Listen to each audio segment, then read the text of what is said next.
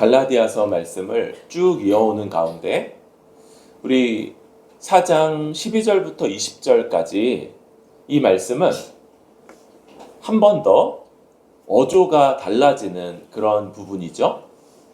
그래서 지금까지 바울이 이 복음과 또 구약의 이 진리들 그리고 그것을 완전히 성취하신 우리 주 예수 그리스도 안에서 이 성취를 고난이 있을지라도 다른 혼란케 하는 것들이 있을지라도 굳게 붙잡아야 된다라고 하는 이런 복음의 내용을 중심으로 하는 그런 내용들을 이어왔다면 이 부분에는 다시 한번 이 갈라디아 교회와 바울 사이에 관계에 기초한 서로의 관계에 기초한 내용들을 전하고 있습니다. 우리가 먼저 이런 이 흐름 속에서 한 가지를 좀 생각한다면 복음의 내용을 아는 것, 복음의 내용을 알고 믿고 그리고 그것을 따라 살아가는 것, 이것이 사람과의 관계 그리고 인격에 지대한 영향을 준다는 것.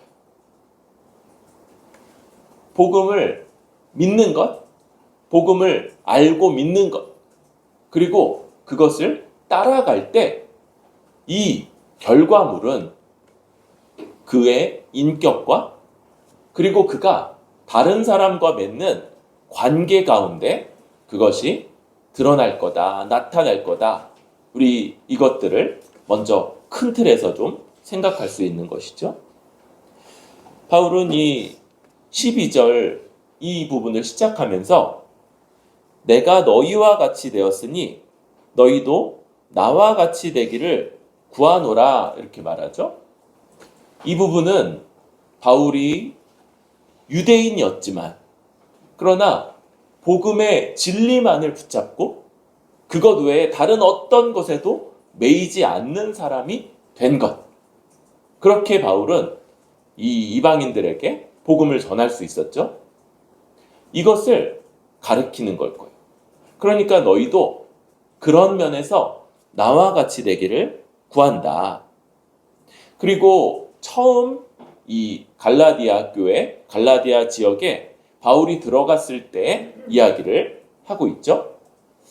그때 바울은 대단히 많은 반대와 핍박 또 고난들 속에서 연약함을 가지고 그 갈라디아의 그 지역에 들어갔다는 것들을 우리는 알고 있습니다. 그런데 그때 이 갈라디아 교회 안에서 그의 약함이 거기에서 전혀 문제가 되지 않았던 것을 보게 되는 거죠. 오히려 그들은 아주 극진하게 바울과 또 바울이 전하는 이 복음을 받아들였고 그때 마치 천사처럼 또는 예수님 본인인 것처럼 그렇게 바울을 영접했던 것들을 보게 됩니다. 이 육체의 약함 이렇게 말할 때 이것은 이 당시에 바울이 겪었던 이 고난, 반대 이런 것들로 인해서 그의 병이라든지 그가 가졌던 어떤 상태 이런 걸 나타낼 거예요. 당시의 문화 속에서 한 사람의 질병이라든지 역경이라든지 이런 것들은 신의 재앙과 형벌로서 받아들여졌던 문화 속에서 이들이 이런 바울을 그것을 전혀 어떤 걸림돌로 여기지 않고 사도 바울을 받았다는 것은 그들이 얼마나 이 복음 안에 있었는가를 보여주는 그런 모습이라고 할 수 있습니다. 이 바울과 갈라디아 교회 안에서 있었던 이 첫 모습들을 바라보면서 먼저 약간 여담에 가깝지만 이 바울이 갈라디아 교회에 제시하는 바가 너희가 나같이 되기를 바란다라는 거예요. 여러분, 우리가 복음을 가르치고 또 다른 사람들을 섬기면서 실제적으로 우리가 가지는 기대의 한계치는 나와 같이 되는 것이라고 할 수 있습니다. 나와 같이 되는 것. 내가 다른 사람들에게 요구할 수 있는 최고점, 최고 기준인 거예요. 그러니까 내가 가보지 않은 길을 가라고 요구할 수가 없는 겁니다. 또 내가 되지 않은 그런 모습, 그런 인격을 다른 사람들에게 되라고 요구하기도 이것 또한 불가능하다고 할 수 있습니다. 이걸 너무 막 정형적으로 볼 수는 없을 거예요. 우리가 모든 사람이 다 다르니까 그런 면에서 다 똑같이는 할 수 없겠지만 이런 것이죠. 복음에 따라 내가 그 복음에 내 자신을 내어주면서 헌신하고 그 복음을 따른 것들, 이것이 다른 사람들에게 내가 요구하거나 기대할 수 있는 그런 한계치로서 영향을 미칠 거라. 우리가 복음을 전하고 또 이런 것들에서 다른 사람들에게 미치는 영향이 크지 않다면, 그러면 우리가 살펴봐야 될 한 지점은 그 복음이 나에게는 어떤 영향을 미치고 있는가? 그 복음으로 인해서 나에게는 어떤 인격의 변화가 나타났고 나에게 그것이 내가 어떤 주를 향한 수고와 헌신들을 감당하게끔 하는가라는 지점을 살펴봐야 할 수 있을 겁니다. 그러면서 우리 더 이 본론적으로는 복음이 다른 사람들을 바라보는, 특별히 다른 사람들의 연약함, 부족함, 흠이 많은 그런 사람들을 어떻게 바라보는가를 영향을 미친다는 거. 여러분, 두 가지가 다 참이죠. 복음만이 부족하고 흠이 많고 연약한 그런 사람들을 존귀하다, 귀하다, 이 사람이 아주 유익하다, 이렇게 여기게끔 하는 그러한 요소이고요. 또 다른 사람들에 대해서 어떤 모습, 어떤 태도로 대하는가가 내가 복음을 지금 복음 앞에 어떤 태도, 어떤 입장을 갖고 있는가, 복음을 받아들이고 그것을 사모하고 굳게 붙잡는가, 아니면 복음에 대해서 말로는 그렇게 할지라도 실제 복음에 대해서는 냉랭하고 굳이 거기에 헌신할 어떤 마음의 자세가 되어 있지 않고, 그게 다른 사람들의, 특별히 연약하고 흠이 많은 사람들을 대하는 모습으로 나타난다. 우리가 잘 알고 있는 것처럼 갈라디아 교회가 복음 안에 있었을 때 이 바울의 연약함, 그의 육체까지도 그들에게 아무 문제가 되지 않았죠. 그런데 복음에서 떠났을 때 바울의 이것들은 그들에게 아주 끔찍하게 꺼리는, 멀리하게 되는 그런 요소들이 되었고, 더 나아가서 그 전까지 잘 기쁘게 받았던 그 바른 말들까지도 이렇게 거슬리는 것들이 됐던 것들을 볼 때, 우리가 이 복음이 다른 사람들을 대하는 그런 틀이 된다는 것들을 보게 되는 것. 여러분, 이런 지점에서 우리 자신을 돌아보면 좀 어떻습니까? 복음에 대한 관점, 입장, 태도 이런 것들은 눈에 잘 드러나진 않아요. 신자가 저는 복음 잘 안 믿을래요. 이런 사람들이 어디 있겠어요.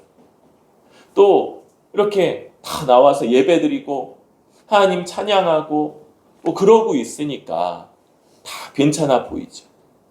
그런데 특별히 이 흠이 많고 연약한 사람들을 향해서 그게 이제 막 거슬리거나 너무 짐스럽게 여겨지거나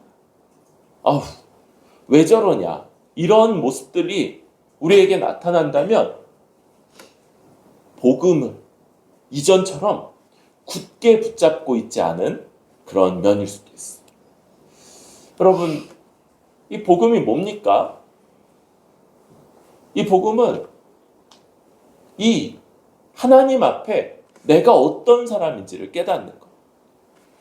하나님을 대적하며 하나님의 진노와 저주가 마땅한 나, 정말 핑계할 수조차 없는 이 흉악한 죄인이 하나님의 은혜로 그분의 사랑으로 오래 참음으로 용납되고 오히려 그 큰 사랑으로 인해서 하나님의 모든 것을 누릴 상속자로서 받아들여졌다는 바로 이것이 우리가 믿는 복음이고요. 그리고 이 복음을 철저하게 믿는가, 철저하게 받아들이는가, 이게 바로 다른 사람. 나에게 당장 그렇게 큰 유익을 끼치는 것 같지 않아요. 왜요? 유익을 끼치는 사람들은 세상 사람들도 잘해주니까 그건 별로 영향이 되지 않아요. 오히려 아주 연약한 자, 뭔가가 흠이 많아서 그래서 같이 있기 힘든 사람, 오히려 이런 사람들을 그들을 향해서 내가 주께 받아들여진 것 같은 그 기준으로 그들을 바라볼 수 있는가? 가장 부족한 자, 연약한 자들을 주께서 나를 대하신 이 관점으로 받아들이는가? 바로 이것이 이 복음 안에 있는가? 복음의 진리 가운데 거하고 있는가? 이것을 판단할 수 있는 그런 시험지가 될 수 있을 것입니다. 우리 이런 지점에서 혹시 우리의 태도나 우리의 모습이 우리 주 앞에서 이전 같지 않다면 다시 한번 이 진리 안에서 회개하고 돌이키고 다시 복음을 붙잡는 우리들 될 수 있기를 바랍니다.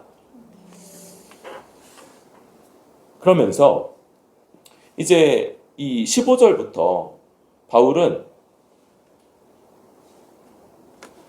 저들의 이 갈라디아 교인들의 저 모습이 그들을 향해서 열심을 냈던 거짓 교사들, 그렇죠? 17절에 나오는 그들이죠, 그들. 사도 바울 일행과 갈라디아 교회 사이에 있었던 그들 때문이라는 것들을 이렇게 말하고 있어요. 지금 이들이 어떤 모습입니까? 이전에는 이렇게 눈이라도 뺏어 줄 만큼, 그러니까 모든 것들로 내어주기를 기뻐하고 그렇게 돌보았던 사도 바울을 이제 그런 입장이 아닌 거죠. 16절에 원수처럼 여기고요. 참된 말을 하는데도, 바른 진리를 말하는데도 원수처럼 여기는 그런 상황이 됐죠. 그럴 때 이들에게 이전에 그들이 누렸던 복, 이런 것들이 지금 다 사라진 상태예요. 그런데 바로 그 원흉, 17절에 나오는 그들이죠, 그들. 이 갈라디아 교회를 흔들었던 거짓 교훈, 비진리를 가르쳤던 저들. 그런데 17절에 보니까 그들이 열심을 내었어요. 열심.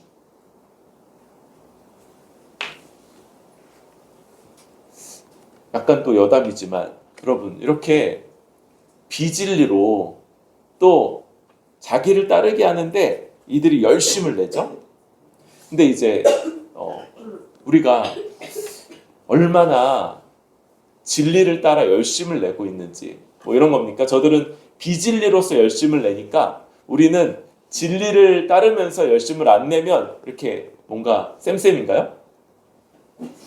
비진리를 가지고도 저렇게 열심을 내는데 우리 다음에 과천 한번 가봐야 될 것 같아요. 그렇죠?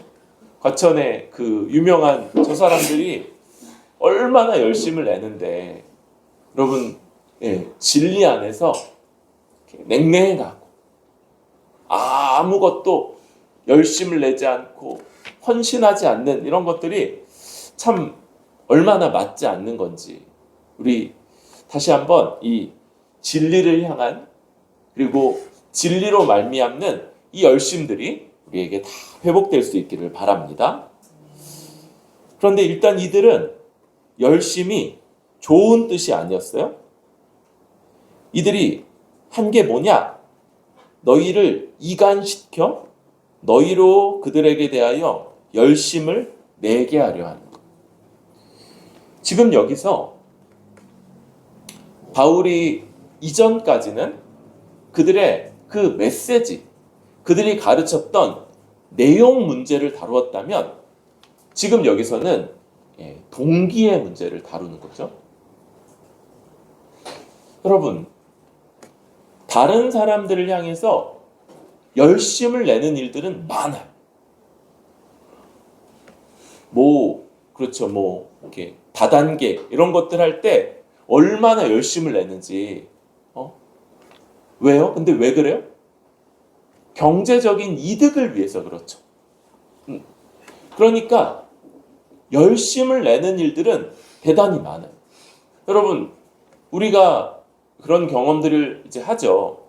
누군가가 갑자기 우리에게 대단히 친절을 베풀거나 그러면 약간 이렇게 경계하는 거. 무슨 의도가 있는 거지? 그 동기가 뭐지?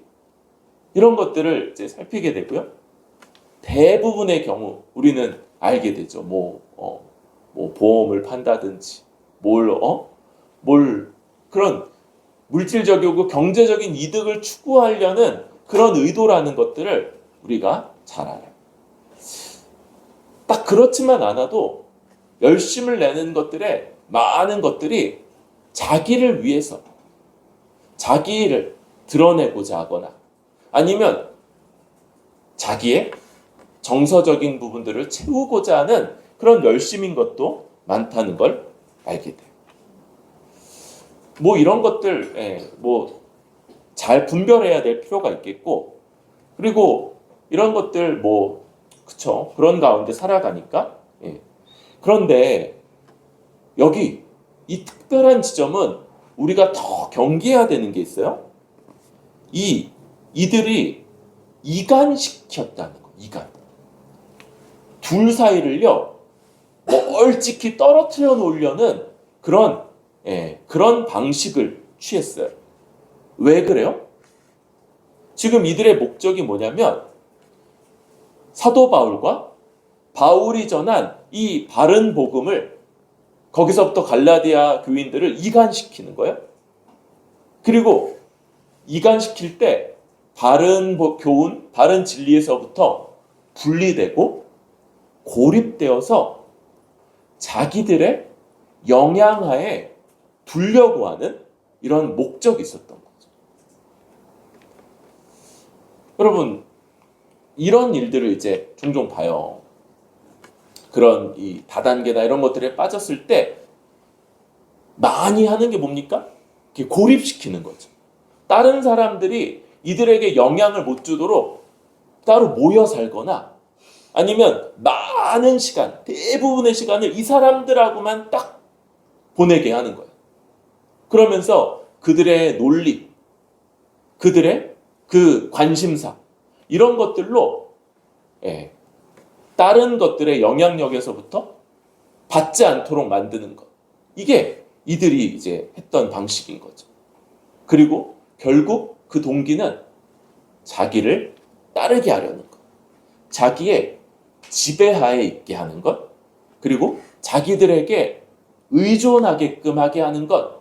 이게 이들의 방식이고 또 목적이었던 거예요. 우리 최근에 이런 단어가 유행했었죠? 가스라이팅. 그쵸?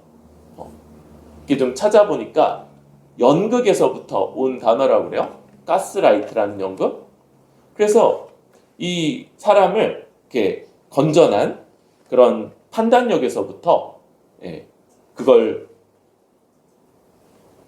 판단력을 잃게 만들고 지배하게끔 하는 이런 일들, 이런 것들이 요 이제 단어에 있었는데, 지금 이 갈라디아의 저 거짓 교사들이 했던 게 이런 방식인 거예요.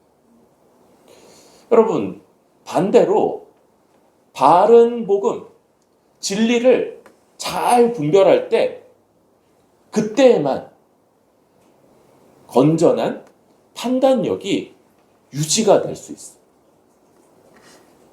자기 자신에 대해서 자기 자신을 과대평가하거나 이상화하거나 망상에 빠지는 게 아니라 하나님을 대적한 이 극악무도한 죄인인데, 그런데 하나님의 사랑과 은혜를 받은 죄인으로서 자기 자신을 이해할 수 있고요.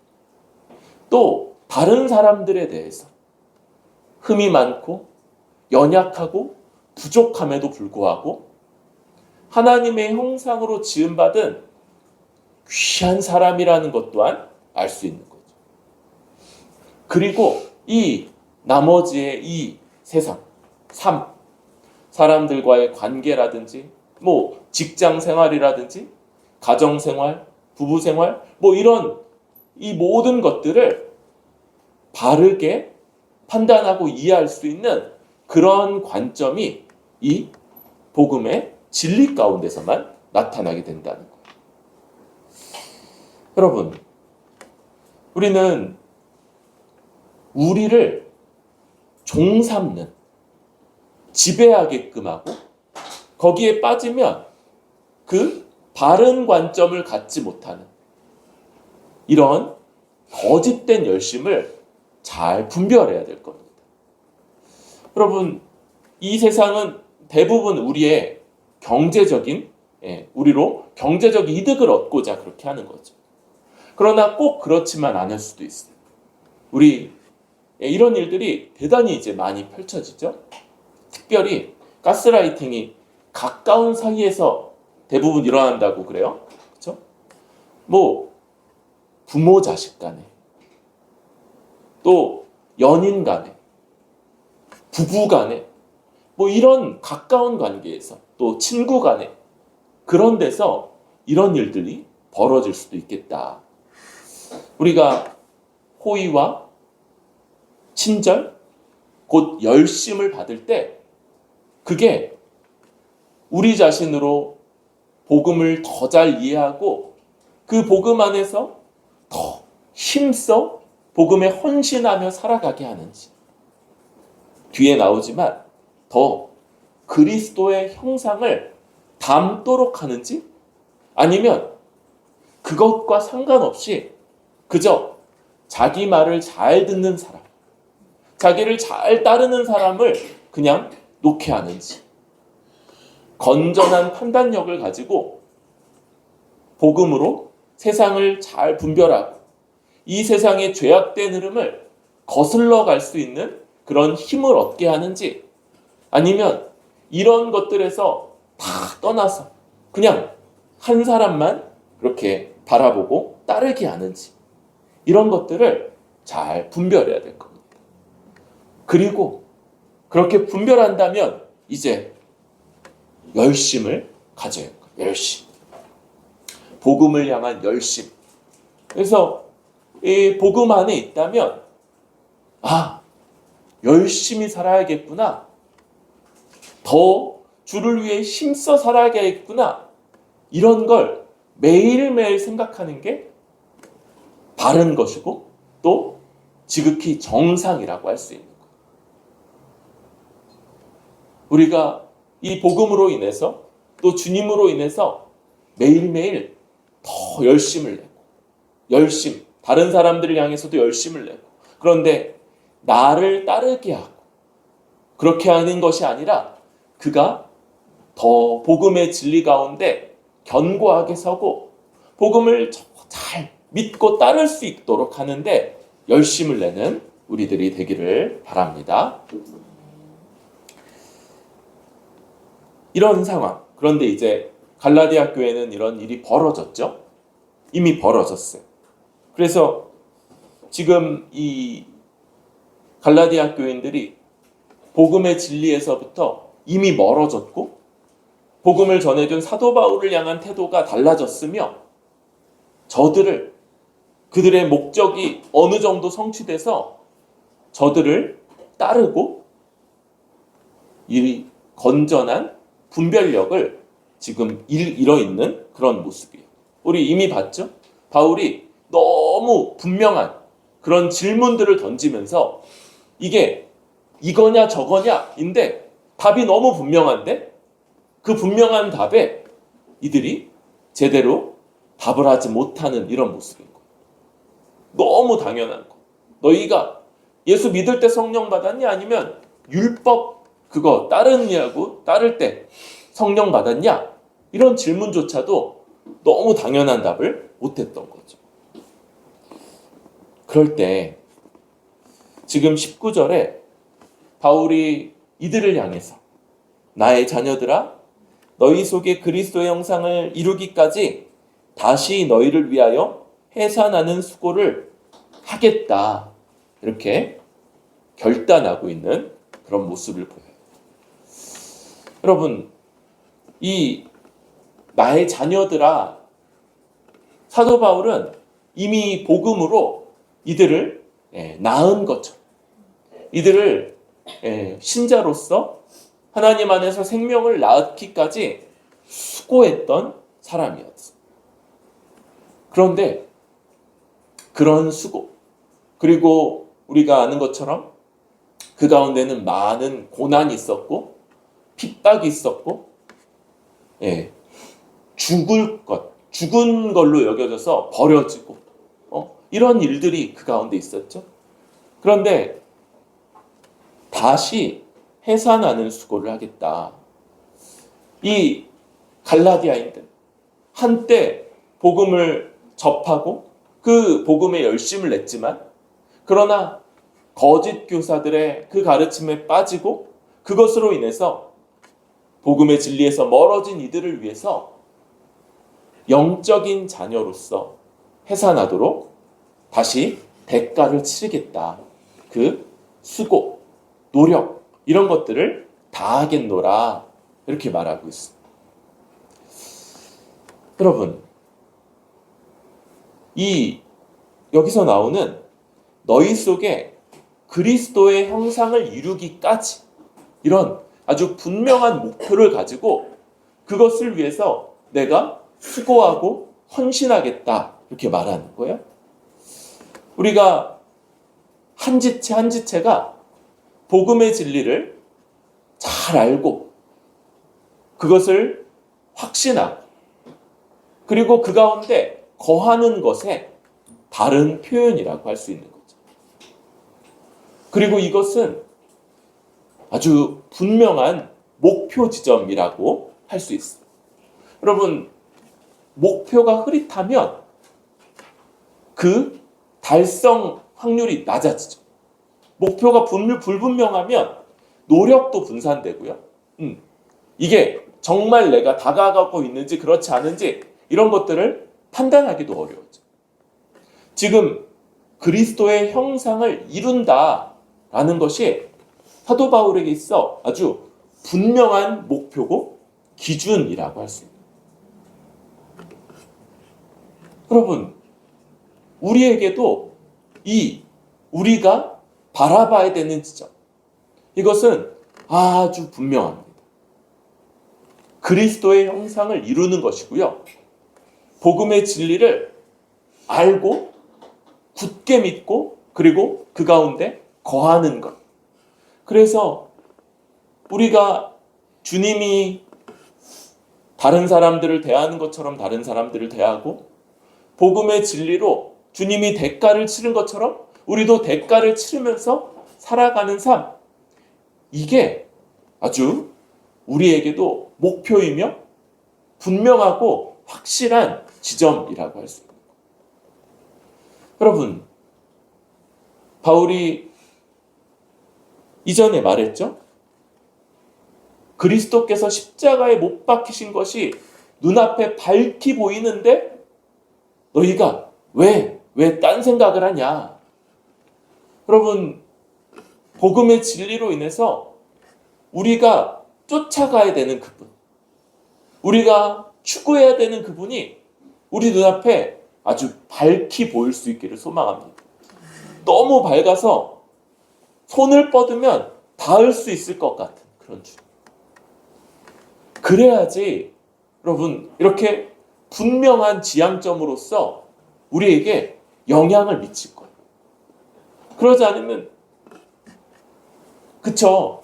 그냥 어렴풋하게 어렴풋이 예수님 좋은 분이십니까? 예수님 그분은 좋은 분이시죠? 관대한 분이시죠? 자비롭고요. 은혜로우세요. 그런데 이런 말들이 다 추상적이라는 것 아시죠?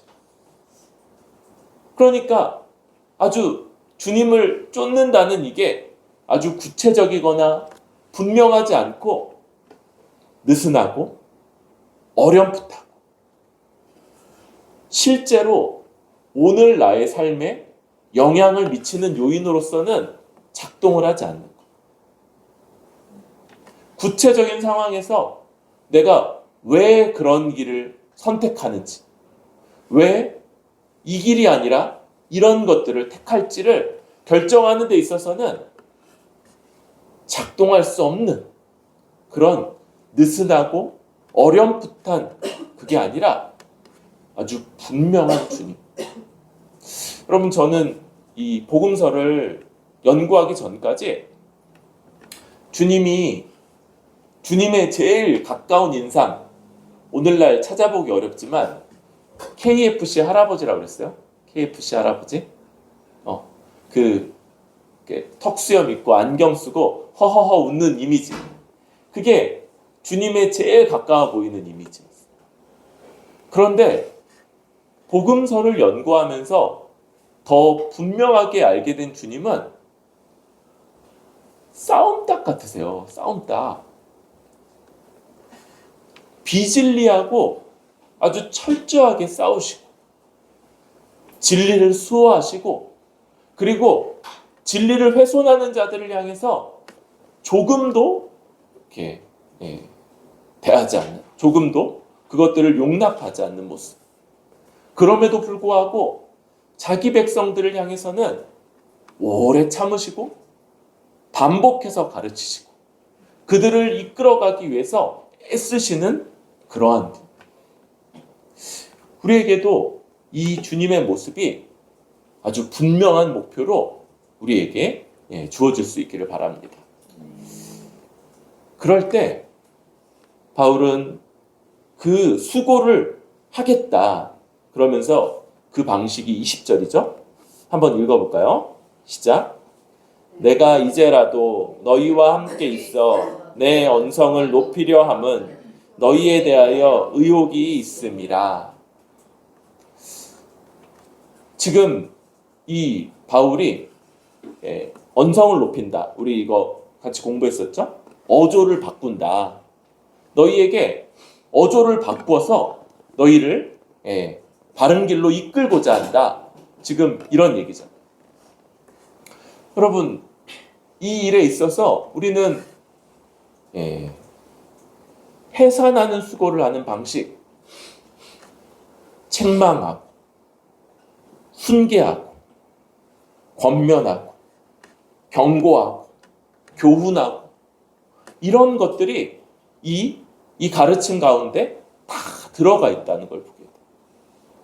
여러분, 이 중에서 교훈이나 권면은 받는 데 있어서 거부감이 덜하죠. 그런데 책망, 경고 이런 것들은 거부감이 있어요. 이런 식으로 가르침 받는 것들을 달가워하지는 우리의 본성 자체가 별로 안 그렇고, 그래서 우리 마음을 잘 준비해야 됩니다. 책망받을 때도 너 그렇게 하면 어떤 결과가 날 거다라는 경고를 들을 때도 온유한 마음으로 받을 수 있도록 우리 마음을 준비해야 되겠죠.